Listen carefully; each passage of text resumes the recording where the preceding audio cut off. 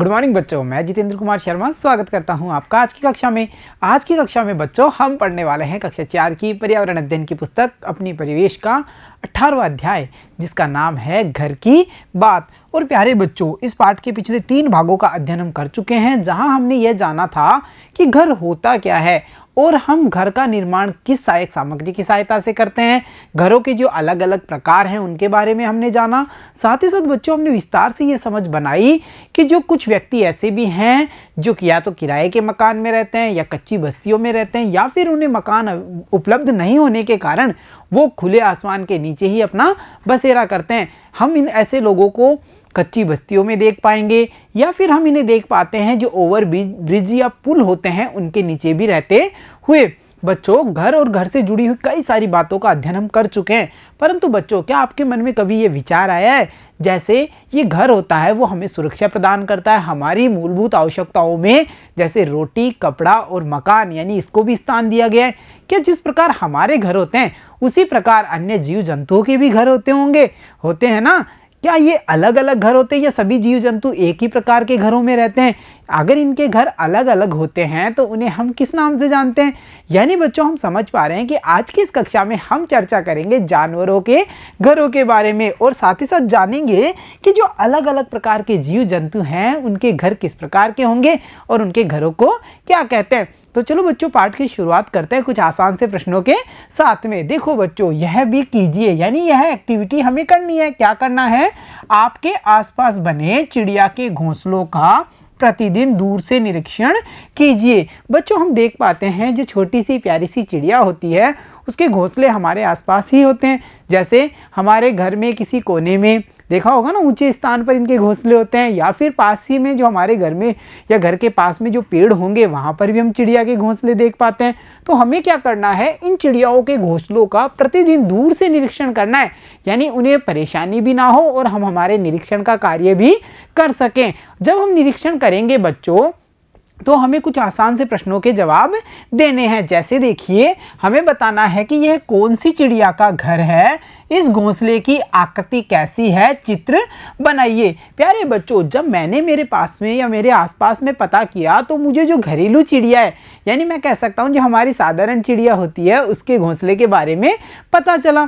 तो मैंने उसको देखा और उसके घोंसले का जो चित्र था वो मैंने बनाया है, जैसा कि आप यहाँ पर देख पा रहे हैं, देख रहे हैं ना, यह है घरेलू चिड़िया और उसका घोंसला। इसी प्रकार बच्चों आप भी क्या करेंगे, जैसे आपके पास में मानिए वो चिड़िया है गौरैया, तो हम यहाँ लिखेंगे कि मेरे पास में जो घोंसला है वो एक गौरैया का घोंसला है, और साथ ही साथ हमें क्या करना है, उसके घोंसले का एक चित्र भी बनाना है। तो देखा बच्चों आपने, हमने पता किया कौन सी चिड़िया का घर है और उसका चित्र भी हम यहाँ बनाएंगे। इसके बाद में बच्चों जो अगला प्रश्न है वो देखिए, चिड़िया कब आती है और कब जाती है? जब हम इस घोंसले का निरीक्षण करेंगे बच्चों तो हमें पता लगेगा कि चिड़िया कब उस घोंसले में आ रही है, कब उस घोंसले में जा रही है। जैसा कि मैंने पता किया तो मुझे ये पता चला कि चिड़िया जैसे सुबह के समय जैसे ही भोर होती है चहचहाना शुरू कर देती है, और वो सुबह के समय भोजन की तलाश में बाहर निकल जाती है, और जब उसे भोजन प्राप्त हो जाता है तो वो वापस आ जाती है,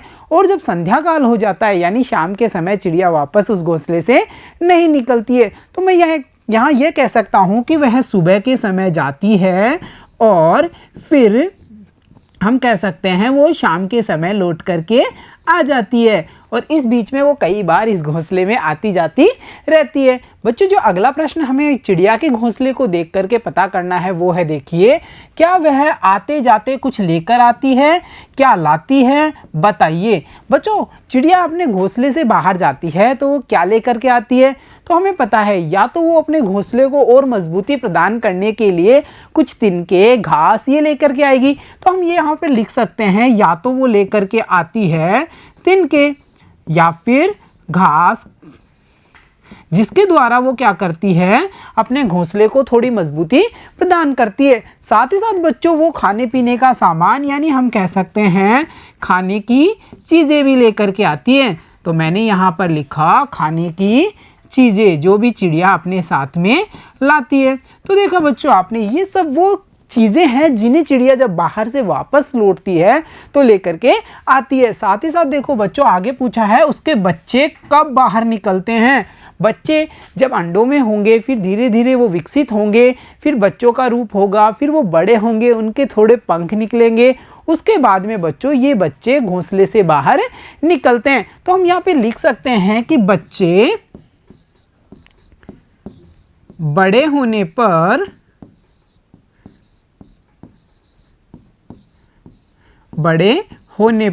बाहर निकलते हैं। तो देखा बच्चों, इस प्रश्न के माध्यम से हमने दो प्रश्नों का पता किया। एक तो चिड़िया बाहर से आते जाते समय क्या लेकर के आती है, जैसे तिनके, घास, जिनकी सहायता से वो अपने घोंसले को मजबूत करेगी, और साथ ही साथ वो खाने पीने की सामग्री भी लेकर के आती है। साथ ही साथ हमने ये भी पता किया कि उसके बच्चे घोंसले से बाहर कब निकलते हैं, जब या तो वो भोजन लेकर के आती है तब हमें वो दिखाई देते हैं, या फिर जब वो बड़े हो जाते हैं तो वो बाहर निकलते हैं। तो यहाँ पर बच्चों हमने चिड़िया के घोंसले के माध्यम से यह जाना कि जिस प्रकार हम मनुष्य घरों का निर्माण करते हैं, वैसे ही छोटे पक्षी या अन्य जीव जंतु भी अपने घरों का निर्माण करते हैं। जिस प्रकार हम सहायक सामग्री की सहायता से घरों का निर्माण करते हैं, वैसे ही ये पशु पक्षी भी अपनी अलग अलग सहायक सामग्री की सहायता से इन घरों का निर्माण करते हैं। साथ ही साथ हमने ये जाना कि हमारी आवश्यकता की पूर्ति के लिए जिस प्रकार हम बाहर जाते हैं, चाहे व्यवसाय करने के लिए या अन्य किसी काम से, उसी प्रकार ये जीव जंतु भी अपने घरों से बाहर जाते हैं। बच्चों, ये तो हमने बात की एक प्यारी सी चिड़िया की। चलो अब नजर डालते हैं कुछ अनेक सारे जीव जंतुओं के घरों के बारे में। तो देखो बच्चों, पता कीजिए और लिखिए में हमें क्या पता करना है, कौन कहाँ रहता है। यहाँ पर अनेक सारे जीव जंतु हमें दिखाए गए हैं, जैसे घोड़ा, गाय, शेर, चिड़िया, चूहा। बच्चों, इनके जो घर हैं उनके क्या क्या नाम हैं, उनके बारे में हमें बताना है। जैसे घोड़ा कहाँ रहता है, घोड़े का हमें पता है, घोड़ा अस्तबल में रहता है। तो यहाँ पर बच्चों हमने लिखा है अस्तबल। उसी प्रकार गाय गौशाला में रहती है, तो मैं यहाँ लिखूंगा गौशाला। तो देखा बच्चों आपने, उसी प्रकार शेर गुफा में रहता है, चिड़िया घोंसले में रहती है और चूहा बिल में रहता है। इस प्रकार इनके नाम लिख करके हम इन प्रश्नों की पूर्ति कर सकते हैं। बच्चों, ये तो हुई कुछ जानवरों की, जीव जंतुओं की बातें। चलो अब विस्तार से समझते हैं इन जानवरों के अलग अलग प्रकार के घरों के बारे में। तो देखो बच्चों, आओ जाने विभिन्न जंतुओं के आवासों के बारे में। जैसे सबसे पहले हम मिलने वाले हैं गाय से, और यहाँ इमेज में हम देख पा रहे हैं गाय, उसके बछड़े को, और पीछे गाय के घर, जिसे हम किस नाम से जानते हैं, गौशाला के नाम से। तो यहाँ पर हमने ये जाना कि जो गाय है वो रहती है गौशाला में। अब बच्चों अगला जीव है, देखिए कुत्ते का घर। ये रहा प्यारा सा कुत्ता, जो पालतू जानवर होता है, जिसे इंसान का दोस्त भी कहा जाता है। इसके घर को कहा जाता है कुत्ता घर। तो यहाँ पर बच्चों हमें पता चला कुत्ता कुत्ते घर में रहता है। अब बच्चों अगला जीव कौन सा आ रहा है, देखो अगला जीव है जो जंगल का राजा कहलाता है, जिसकी एक दहाड़ से सभी जीव डरने लग जाते हैं, और हमें भी इसका काफी डर लगता है। ये है बच्चों शेर। और शेर कहाँ रहता है, शेर के घर को कहा जाता है गुफा। तो हमने यहाँ लिखा कि शेर का घर होगा गुफा। बच्चों इसके अलावा आगे देखिए, आगे है बच्चों घोड़े का घर। और घोड़ा जो कि तेज गति से दौड़ता है, काफ़ी ज़्यादा तेज गति से, जिसका उपयोग कई खेलों में भी किया जाता है, जिसका उपयोग हम कहते हैं घुड़सवारी का आनंद लेने के लिए भी किया जाता है, तथा साथ ही साथ इस घोड़े का उपयोग हम करते हैं भार ढोने के लिए भी। तो हमने यहाँ पर ये जाना कि जो घोड़े का घर है उसे हम अस्तबल के नाम से जानते हैं। तो घोड़ा रहता है अस्तबल में। इसके अलावा बच्चों देखिए आगे आगे कुकड़ू कुक बोलने वाली मुर्गी, जो प्रातः काल में हमें जगाती भी है। मुर्गे की बांग सुनी होगी ना। तो बच्चों जो मुर्गी है उसके घर को दरबा कहा जाता है, और यहाँ पर हम देख पा रहे हैं एक दरबे की इमेज। तो मुर्गी के घर को कहा जाता है दरबा। बच्चों अगला जीव जो कौन सा आ रहा है, देखो वस्तुओं को काटने वाला, हमें काफी तंग करने वाला, ये है चूहा। और बच्चों चूहे के घर को कहा जाता है बिल, जो कि हमारे घरों में कई जगहों पर हम देख पाते हैं इस चूहे को, जो जब भी इसको पकड़ने जाओ तो ये अपने बिल में घुस जाता है। तो बच्चों चूहे के घर को कहा जाएगा बिल। इसी प्रकार बच्चों जो अगला जीव है वो देखिए, अगला जीव है नन्ही सी चींटी, जो लाइन में चलती है और जिसके काटने पर हमें दर्द भी होता है ना, क्योंकि ये एक विशेष प्रकार का पदार्थ हमारे शरीर में छोड़ देती है। बच्चों चींटी के घर को कहा जाता है चींटी घर या हिल के नाम से हम जानते हैं। साथ ही साथ इसके घर को दर भी कहा जाता है। तो बच्चों यहाँ पर हमने जाना मेहनती चींटी के बारे में और उसके घर के बारे में। प्यारे बच्चों अगला जो जीव हमारे सामने आने वाला है वो है प्यारी सी नन्ही सी चिड़िया। और चिड़िया के घर को हमने जाना था। इसके घर को घोंसला कहा जाता है, जिसका निर्माण ये कई सारी सामग्रियों से करती है। साथ ही साथ इस घोंसले में ही ये अंडे देती है और जब बच्चे बड़े हो जाते हैं तो वो इस घोंसले से बाहर आते हैं। तो बच्चों हमने यहाँ पर जाना कि नन्ही सी चिड़िया के घर को घोंसला कहा जाता है। बच्चों इसी प्रकार जो अगला जीव है वो है मेंढक। और मेंढक वह जीव है जो जल में और थल यानी कि भूमि दोनों जगह पर रह सकता है, इसीलिए इसे उभयचर कहा जाता है।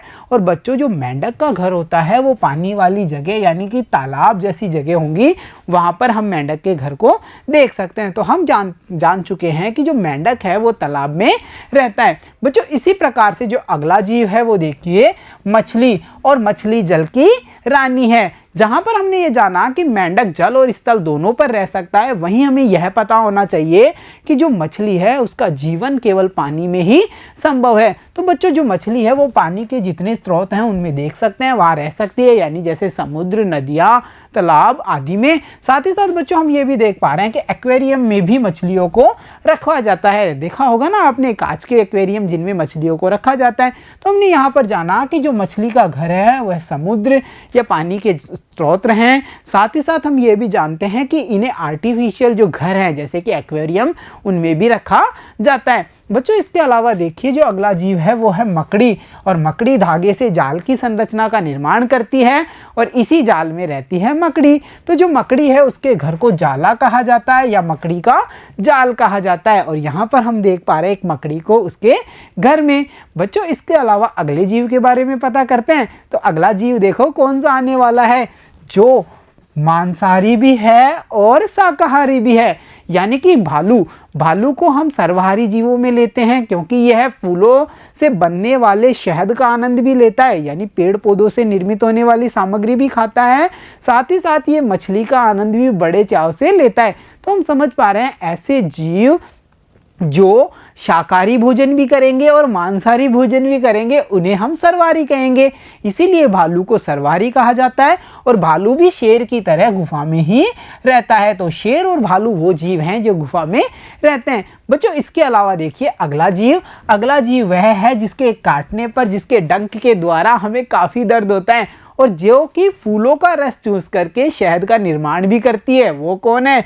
प्यारी सी मधुमक्खी। और जो बच्चों मधुमक्खी का घर होता है उसे हम मधुमक्खी का छत्ता भी कहते हैं और इस छत्ते के माध्यम से ही हमें शहद प्राप्त होता है। बच्चों यहाँ पर हमने जाना है कई सारे जीव जंतुओं के बारे में और उनके अलग अलग आवासों के बारे में। तो चलो इस पर आधारित कुछ अभ्यास प्रश्नों का अभ्यास किया जाए। तो देखो बच्चों लिखिए में जो हमारे अभ्यास प्रश्न है वो है आपके घर में कौन कौन रहते हैं। बच्चों हमारे घर में हमारे परिवार के सदस्य रहते हैं साथ में, तभी तो हम घर कहते हैं। यानी कि ऐसा भवन जहाँ पर हम परिवार के सदस्यों के साथ में रहते हैं उसे हम घर कहते हैं। ये अलग बात है किसी घर में एकल परिवार होंगे, किसी घर में संयुक्त परिवार होंगे। तो इस प्रश्न में हमें यह बताना है कि हमारे घर में कौन कौन रहते हैं। जैसे देखिए मेरे घर में माताजी, पिताजी, तो मैं यहाँ लिखते जाऊँगा जो जो सदस्य मेरे घर में रहते हैं। माताजी, पिताजी, मेरी बहन, तो मैंने यहाँ लिखा बहन। उसके अलावा मैं लिख रहा हूँ मेरे भाई। तो जो भी बच्चों हमारे साथ में हमारे घर में रहते हैं परिवार के सदस्य, उनके नाम हमें यहाँ पर लिखने हैं। जैसे मैंने लिखा माताजी, पिताजी, बहन, भाई, तो यहाँ पर मैंने सभी सदस्यों के नाम लिख दिए। बच्चों उसी प्रकार से आप भी बताएंगे कि आपके घर में कौन कौन रहते हैं। तो चलो बच्चों अब बढ़ते हैं अगले प्रश्न पे। और अगला प्रश्न है आपके घर में कौन कौन सी सुविधाएं हैं। सुविधाएं बच्चों हर घर में होना जरूरी है, चाहे वो लाइट बिजली की सुविधा हो, पानी की सुविधा हो, शौचालय की सुविधा हो, स्नान घर की सुविधा हो, पढ़ने के लिए अलग कमरे की सुविधा हो। तो हम यहाँ पर उन सभी सुविधाओं के नाम लिखेंगे। जैसे मेरे घर में मैं कह रहा हूँ या बता रहा हूँ मेरे घर में स्नान घर भी है, ठीक है, अलग से, और साथ ही साथ हमारे घर में शौचालय भी बनाया हुआ है।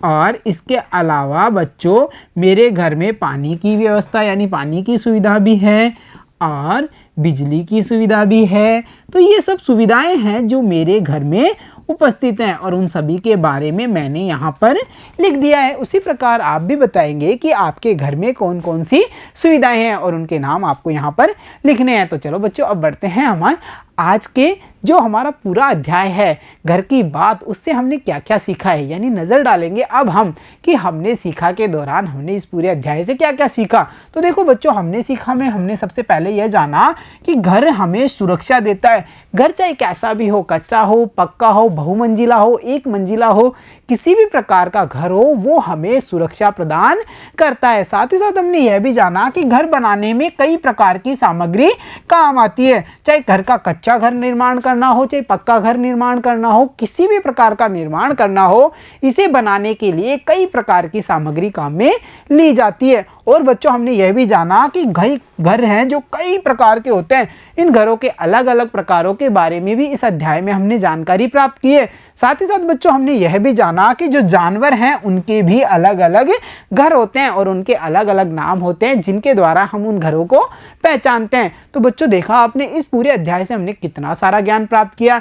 जब हम इतना कुछ सीख चुके हैं तो क्यों ना अब शुरू किए जाएं जाना समझा और बताइए। तो चलो बच्चों, देखते हैं जाना समझा अब बताइए में हमारा पहला प्रश्न कौन सा है। तो हमारा जो पहला प्रश्न है वो है, घुमक्कड़ मानव के घर कैसे हुआ करते थे। बच्चों, घुमक्कड़ मानव या आदि मानव थे, वो एक स्थान पर रुकते नहीं थे, यानी कि वो भोजन की तलाश में इधर उधर भटकते रहते थे। परंतु हमने अध्याय के अध्ययन के दौरान यह जाना था कि जो प्राचीन मानव है, घुमक्कड़ मानव है, वो क्या करता था, गुफाओं में रहता था। तो हम यहाँ पे कह सकते हैं कि घुमक्कड़ मानव या तो गुफाओं में रहता था, गुफा में रहता था, या फिर बच्चों हम ये भी कह सकते हैं कि एक स्थान से दूसरे स्थान की यात्रा करने के कारण उसके जो घर होंगे वो अस्थायी होंगे। वो किसी भी पेड़ के नीचे अपना घर बना सकता है, तो हम कह सकते हैं कि वो अस्थायी घरों में रहता था, अस्थायी घर। तो हमने यहाँ पर जाना कि जो घुमक्कड़ मानव है या आदि मानव थे, उनके घर या तो गुफाओं में होते थे या फिर वो अस्थायी घरों में रहते थे। उसी प्रकार देखो बच्चों, अगला प्रश्न है, घर कितनी तरह के होते हैं, अलग अलग प्रकार बताइए। तो बच्चों, इस प्रश्न में हम लिख सकते हैं, घरों के मुख्यतः हमने बनावट के आधार पर कितने प्रकार जाने थे, 2 प्रकार। तो हम यहाँ लिखेंगे कि घर 2 प्रकार के होते हैं और उन दोनों प्रकारों के नाम हम बता सकते हैं। या तो होंगे, नंबर 1 पे हम लिखेंगे कच्चे घर, यानी हमने बताया या तो होंगे कच्चे घर, या फिर बच्चों हम कह सकते हैं दूसरे प्रकार में घर होंगे वो होंगे पक्के घर। तो देखा बच्चों, आपने कितनी आसानी से हमने घरों के अलग अलग प्रकारों के बारे में बता दिया। ये 2 प्रकार के होंगे, कच्चे घर और पक्के घर। तो चलो अब बढ़ते हैं अगले प्रश्न पे। और जो अगला प्रश्न है वो देखिए, पाठ के अंत में घर ने ऐसा क्यों कहा कि आजकल मेरे आसपास बहुत साथी हैं। घर ने हमें बताया था कि पहले जहां मेरे आसपास साथी नहीं होते थे, वहीं पर ही आजकल मेरे आसपास बहुत से साथी उपस्थित हैं। तो बच्चों, हम आसानी से कह सकते हैं कि देखो, हम क्या कह सकते हैं, आजकल घरों का